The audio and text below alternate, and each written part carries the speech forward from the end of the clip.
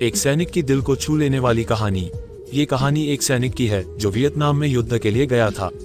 युद्ध समाप्त होने के बाद जब उसके घर लौटने की बारी आई तो उसने अपने माता पिता को सैन फ्रांसिस्को से फोन किया। माँ और पिताजी, मैं घर आ रहा हूँ, लेकिन घर आने से पहले मुझे आपसे एक बात पूछनी है। मेरा एक दोस्त है जिसे मैं अपने साथ घर लाना चाहता हूँ, क्या मैं उसे ला सकता हूँ? बिल्कुल बेटा, ये भी कोई पूछने की बात है। हमें तुम्हारे दोस्त से मिलकर बहुत खुशी होगी, माता पिता ने जवाब दिया। लेकिन पहले एक बात आप लोग जान लें, सैनिक बोलता गया, युद्ध में वह बहुत बुरी तरह घायल हो गया है।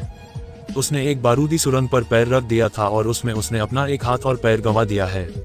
उसके पास कोई जगह नहीं है जहां वो जा सके, इसलिए मैं उसे अपने साथ रहने के लिए लाना चाहता हूं। उसकी यह बात सुनकर उसकी माँ बोली, बेटा, तुम्हारे दोस्त के बारे में जानकर हमें बहुत दुख हुआ। हो सकता है हम उसके रहने के लिए कोई जगह तलाश कर सकें। नहीं माँ, मैं चाहता हूँ कि वो हमारे साथ रहे। लेकिन बेटा, अब पिता ने कहा, तुम समझ नहीं रहे हो कि तुम क्या चाह रहे हो। इस तरह का अपाहिज व्यक्ति हमारे लिए कितना बड़ा बोझ होगा। हमारी अपनी जिंदगी है जीने के लिए और हम नहीं चाहते कि इस तरह की कोई भी परिस्थिति हमारी जिंदगी में दखल दे।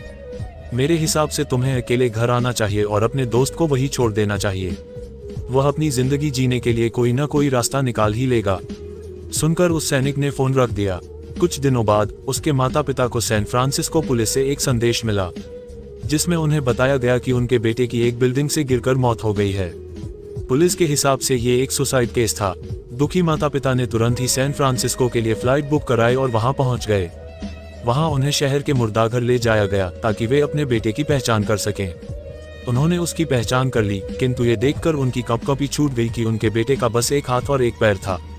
दोस्तों, इस कहानी में जो माता पिता हैं वे हम में से बहुत से लोगों की तरह हैं जो अपनी सुविधाओं को सबसे अधिक महत्व देते हैं।